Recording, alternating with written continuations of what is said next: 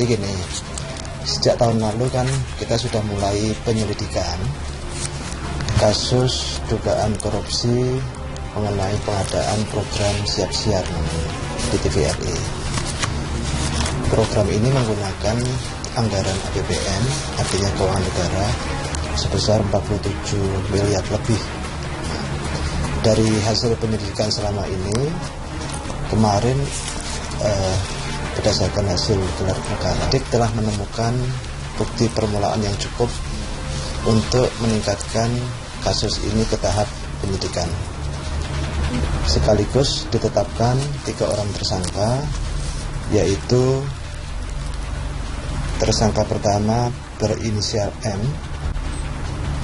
Beliau ini adalah Dirut PT Viandra Production, seorang artis ya. Oleh itu, kepada ketiga tersangka ini segera akan dilakukan pemeriksaan secara intensif mulai pekan depan. Dimulai dari pemeriksaan saksi-saksi, kemudian pemeriksaan ketiga tersangka itu sendiri. Penyidik sampai hari ini belum menentukan atau menahan ketiga tersangka. Ketiganya sudah dimintakan pencegahan untuk ke luar negeri. Demikian.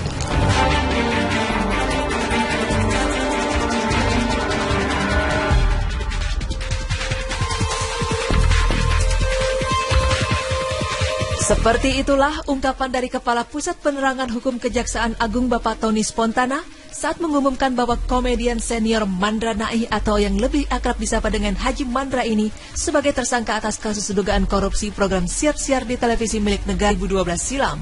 Sebelum akhirnya resmi ditetapkan sebagai tersangka, Mandra rupanya sempat diperiksa tahun lalu sebagai saksi dalam kasus tersebut. Namun dengan sederet bukti-bukti kuat yang telah diperiksa oleh pihak Kejaksaan Agung, Mandra beserta 2 nama lainnya pun ikut terseret dalam kasus tersebut.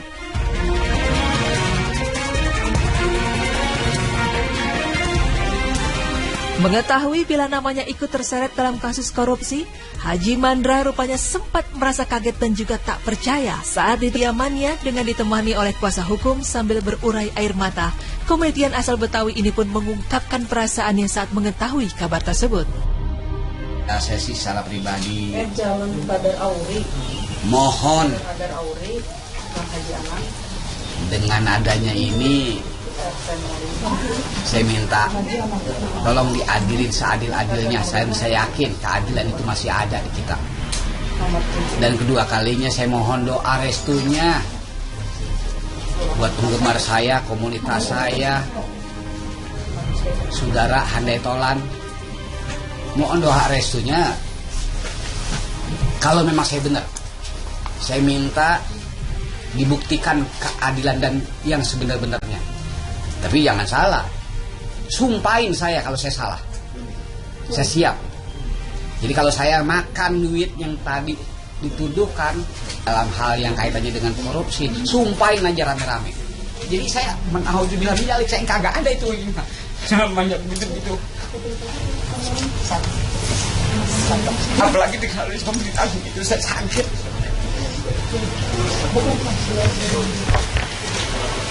Kamu masih terjebak berarti, Pak?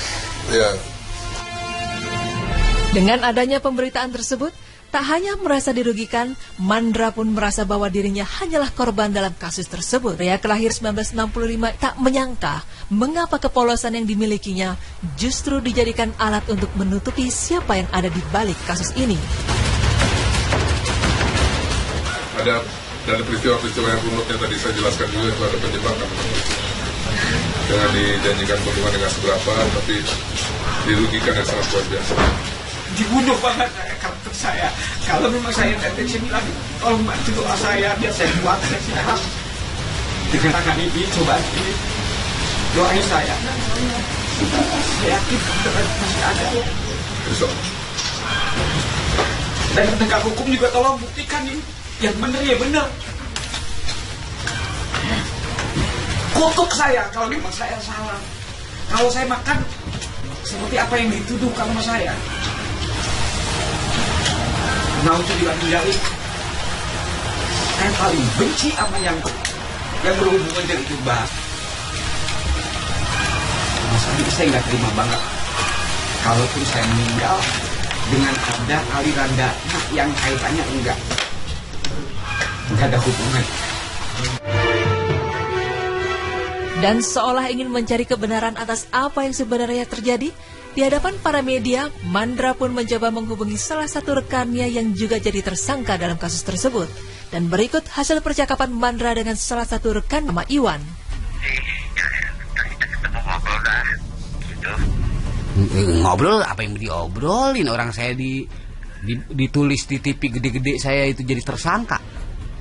Lah siapa yang nyaplok itu? Sama saya mah kagak lihat. Hah? Sama saya kan juga. Situ mah kagak ngetop. Saya yang ngetop mah, yang orang pada tahu. Ini kagak ada berita itu jadiin berita, kawan.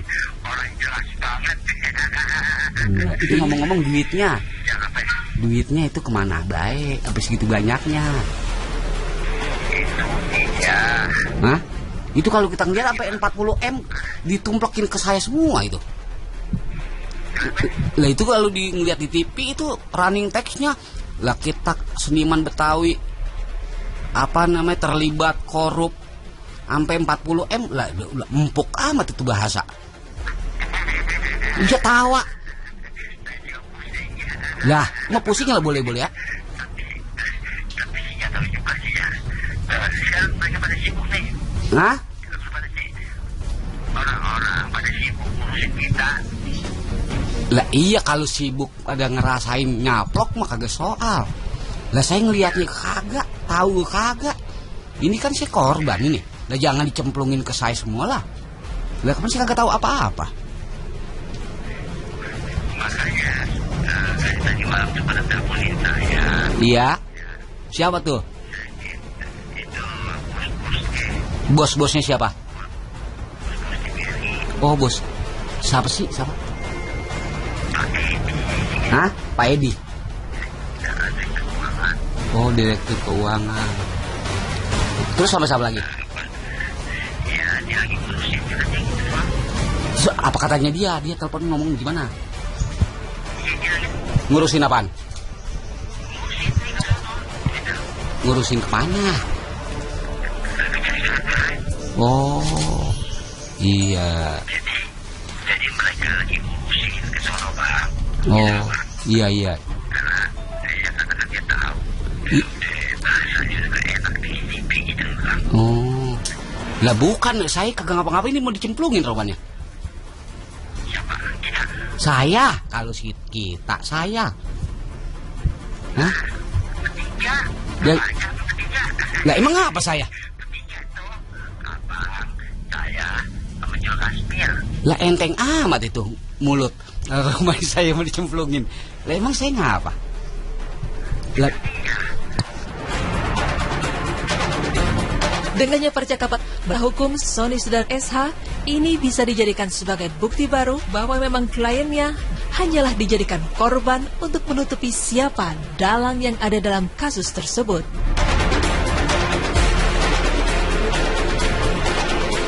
Yang di situ ada suatu fakta menarik ya. Jadi ada kebetulan Bang Haji Mandra menelpon seseorang yang namanya Saudara Andi. Di situ bukan Andi yang ditelepon. Saudara Iwan yang ditelepon. Mohon maaf, Saudara Iwan itu. Nah di situ ada fakta-fakta baru terungkap dari hasil pembicaraan telepon pada pagi tadi. Jadi saya pikir dari situ kita juga bisa untuk menelusuri bahwa di belakang ini ada apakah gerangan. Itu yang tabir ini harus terungkap. Jadi jangan sampai hanya seorang Haji Mandra ini dengan kepolosannya, dengan apa adanya, dengan keinginan untuk menjual sebuah hasil karya sinetron untuk menghibur rakyat Indonesia, akan tetapi sekarang ini mendapatkan kapasitas sebagai tersangka, yang mana Pak Haji Mandra ini tidak melakukan dari awal untuk sebuah proses kerjasama dengan, di mana melalui seorang broker.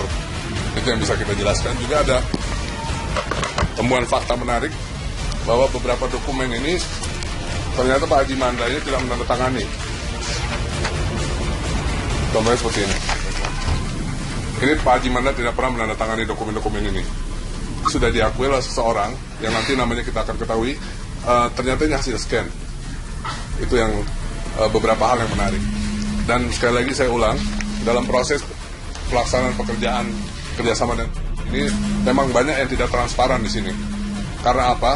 Karena melalui seorang broker, dan broker ini menjual produk ini ditentukan lebih dulu, sinetron bekas tayang itu dengan harga tertentu, nah nanti dijual sendiri oleh yang bersangkutan. Itu yang saya bilang tidak ada transparansi, kurang lebihnya begitu.